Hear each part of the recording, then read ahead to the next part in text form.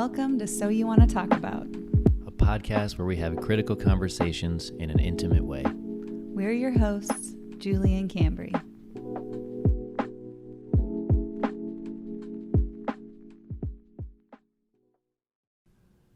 Hey. Hi. Welcome to the first episode of So You Want to Talk About. So you want to talk about? So you want to talk about white people. Yay. White people and white people responsibility. Yeah, there's a lot of different messaging going on right now about what white people should do and responsibility in regards to racism. Mm-hmm. It's pretty heavy. It is pretty heavy, understandably. So I think what we're mainly seeing, especially on social media, throughout the black squares and everything that people are posting, there's one sort of lane that's saying you should educate yourself. You have all the tools to educate yourself, but also you shouldn't be going to black people and burdening them with the responsibility to educate you. Mm-hmm. While on the other hand, they're saying if you're going to white people to educate yourself, you're missing the point because that's not really the source or who's being oppressed. And also white people capitalizing on black oppression and black pain and making money off of very good at that, educating other white people on the situation.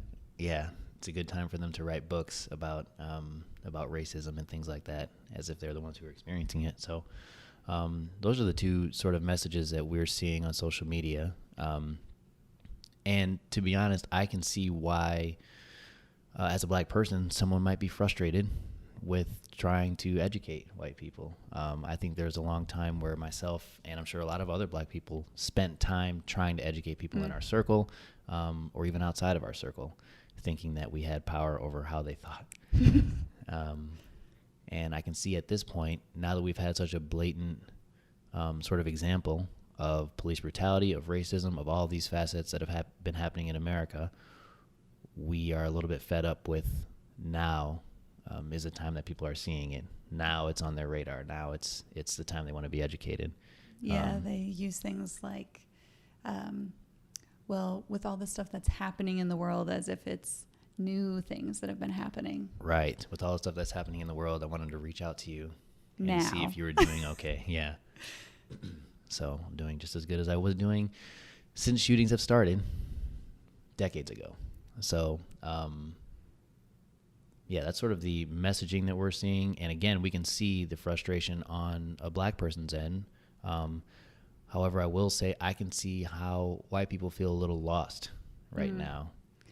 Yeah. I think that for them, it's very confusing.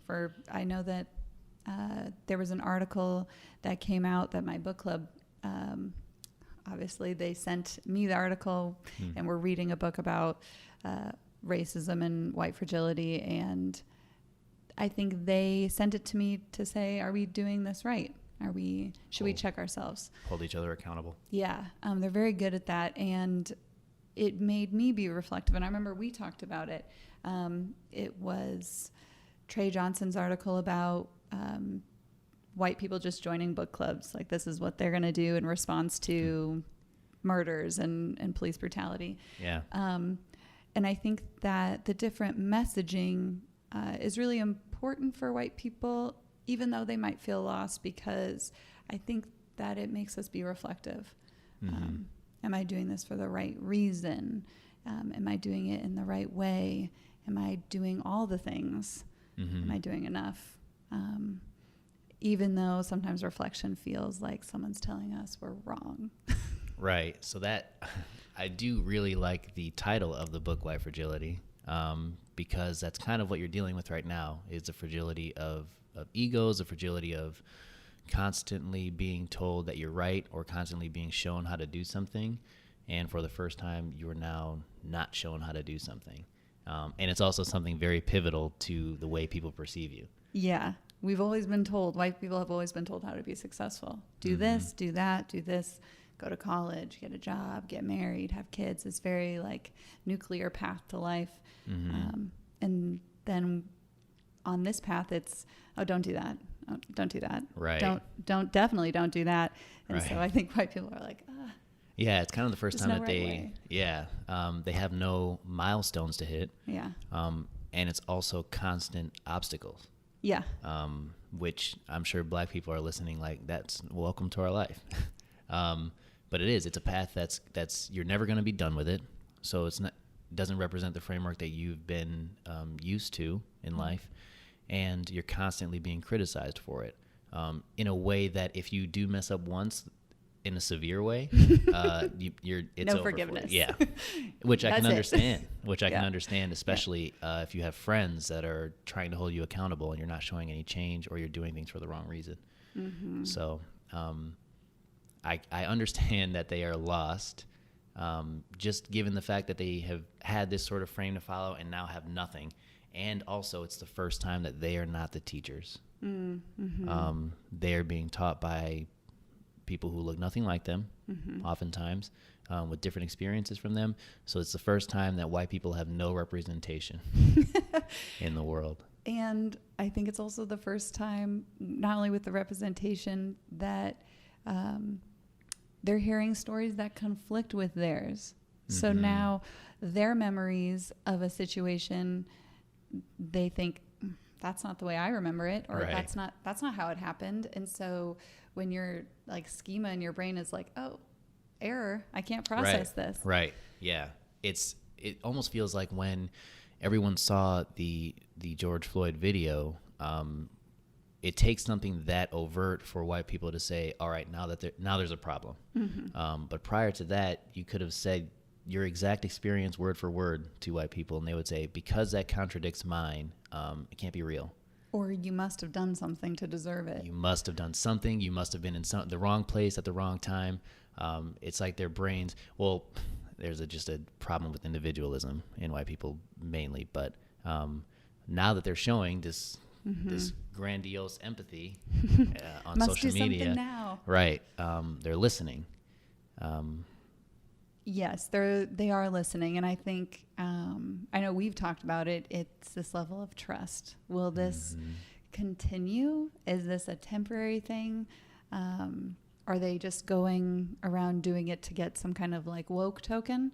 I've leveled up here. I've read this book. I've got this. I'm just collecting all these Right. different, Which makes me wonder then, what is your end goal? And again, goes back to the fact that there's no ending to the journey. Right. And so because of that, they're trying to accumulate everything that they can in an effort to get to the end faster.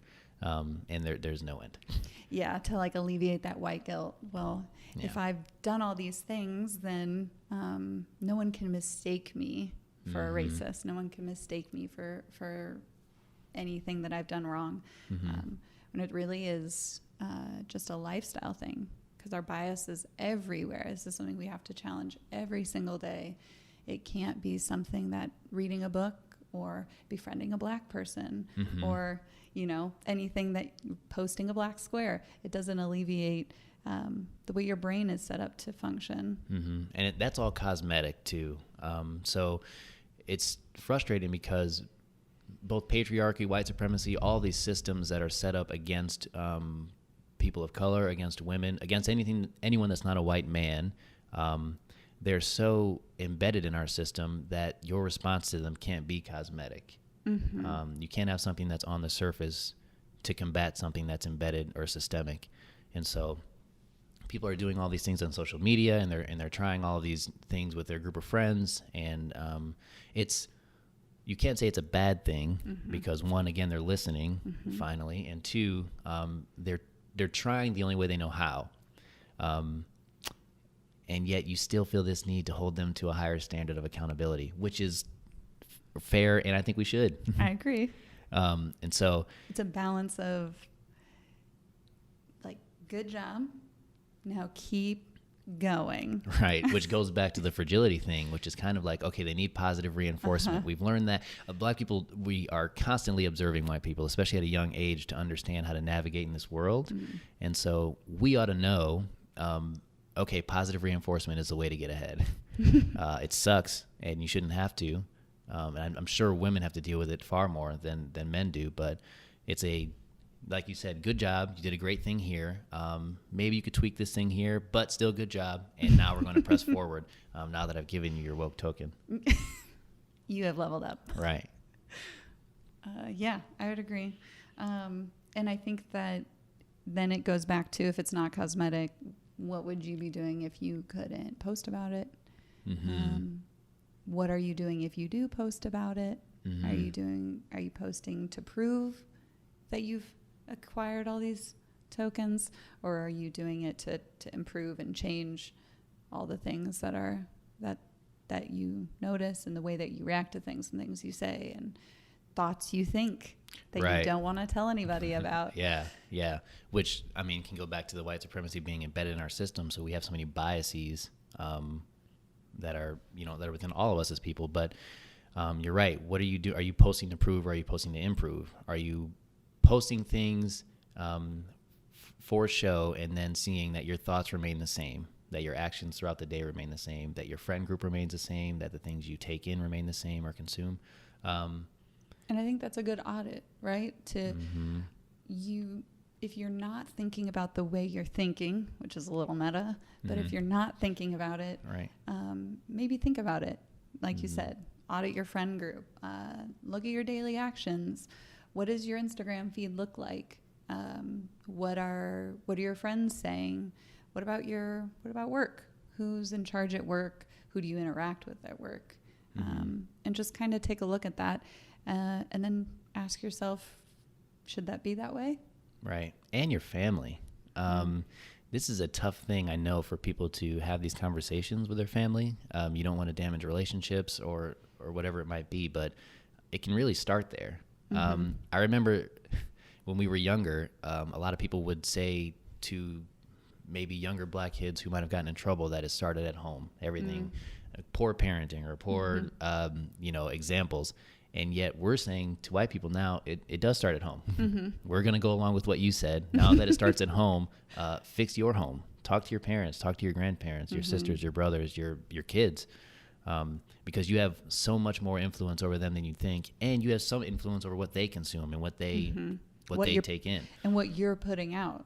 Absolutely. Are you putting your own spin on everything, or are you taking someone else's story and just putting it out there so someone else can read it that's within your sphere of influence? Right.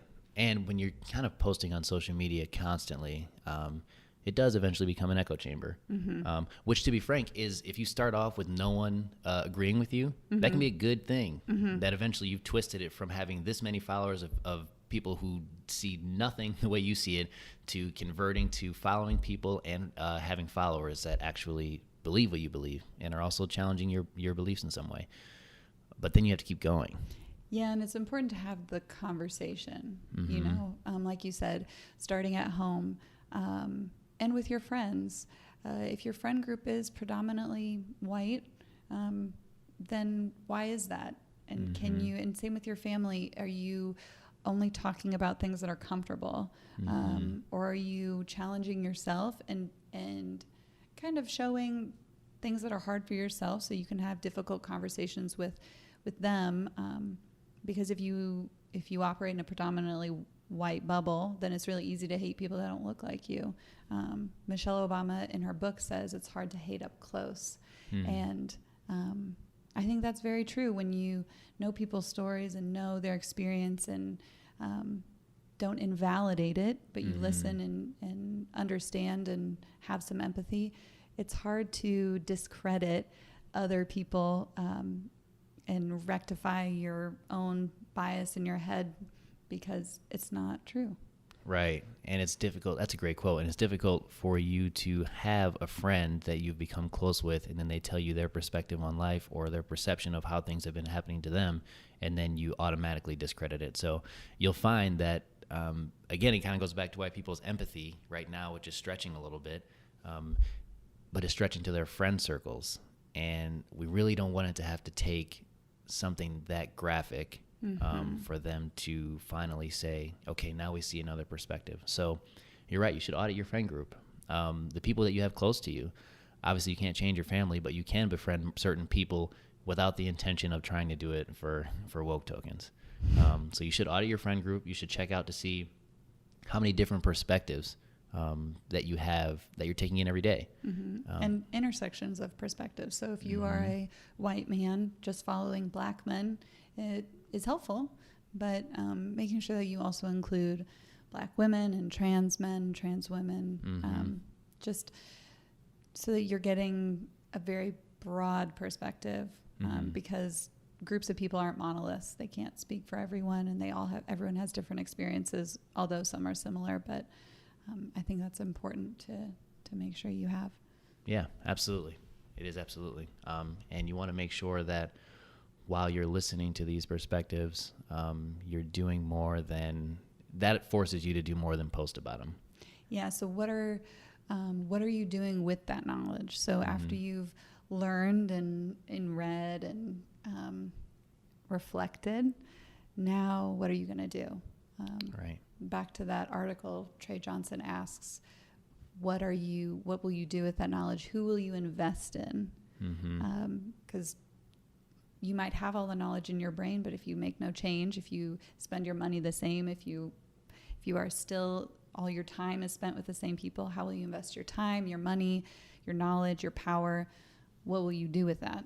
Right. What's changed other than your social media feed? So now that you've joined the book club, and now that you've collected these people in a group, and you guys have had these discussions about race and these things that can be difficult to talk about, now what?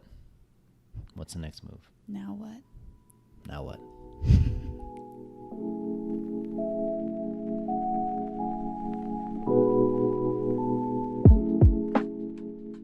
Thanks for joining us on another episode of So You Want to Talk About. We hope we got you talking about it. If you are looking for ways to invest your time and money, we have linked some Black collectives, Black authors, Black artists, and community groups below, and we hope that you check them out. And if you have any for us, feel free to drop them in the comments, because we'd love to shed a light on them too. Hope to see you next week.